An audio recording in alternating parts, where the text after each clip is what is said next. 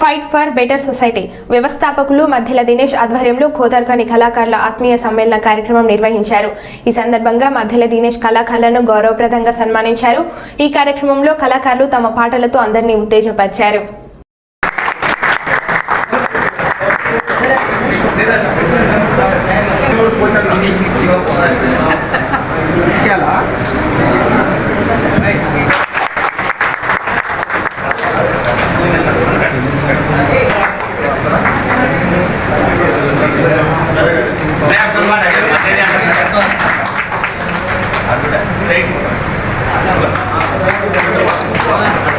తర్వాత బతుకుల రాజన్న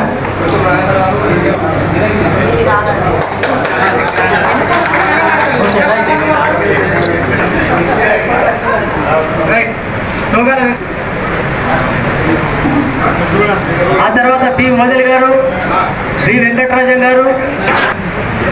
అసలు మన మంచి నాయకుడు. ఇక పాడే పాట ఒకటి బాగా ఇష్టం కానీ ఇప్పుడు పాడలేకపోయాడు. ఎన్ని శిరస్సులు నేల రాలేదు.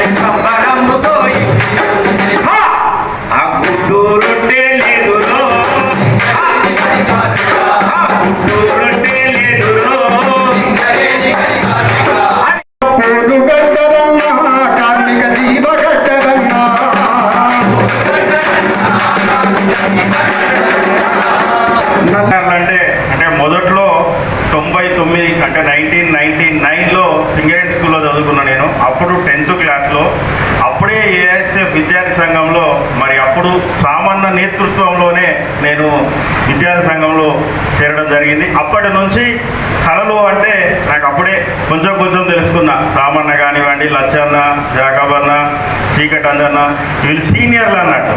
అదేవిధంగా మా నాన్నగారు కూడా కళాకారుడే. అంటే సింగరేణి ఉద్యోగం రానప్పుడు ఊర్లో పౌరాణిక సంబంధించినటువంటి వేషాలు కానివ్వండి, మా నాన్నగారు కూడా గాయకుడే. ఇందులో భాగంగా మనం వివిధ రంగాల్లో పనిచేస్తున్నటువంటి వివిధ సంస్థలకు కూడా మన ఫైట్ ఫర్ బెటర్ సొసైటీ ద్వారా అనేక సన్మాన కార్యక్రమాలు గుర్తించడం జరిగింది.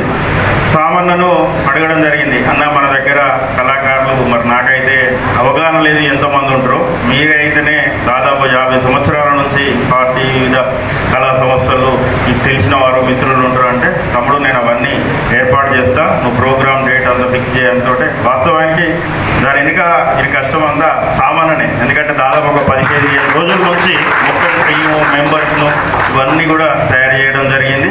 అదేవిధంగా మన ఫైట్ ఫర్ బెటర్ సొసైటీ వాళ్ళు కూడా వారం రోజుల నుంచి దీని కార్యక్రమాల నిర్వహణ మన మేదర్సీన్ అన్న, చందు యాదవ్, అదేవిధంగా మన రమేష్ అన్న, లెనిన్, నరేంద్ర తమ్ముడు వీళ్ళంతా కూడా ఈ కార్యక్రమాన్ని నిర్వహించాలని చాలా కష్టపడడం జరిగింది. ఈ పుట్టినరోజు మీరందరూ నాకు ఆశీస్సులు ఇచ్చినందుకు ప్రత్యేక ధన్యవాదాలు తెలియజేస్తూ మరిన్ని సేవా కార్యక్రమాలు అదేవిధంగా సమాజంలో జరుగుతున్నటువంటి కొన్ని సమస్యల మీద పోరాడతామని ఈ సందర్భంగా తెలియజేస్తూ గౌరవ కళాకారులందరికీ వచ్చేసినందుకు పేరు పేరున నా తరఫున ధన్యవాదాలు తెలియజేస్తూ ఈ అవకాశం ఇచ్చిన వారికి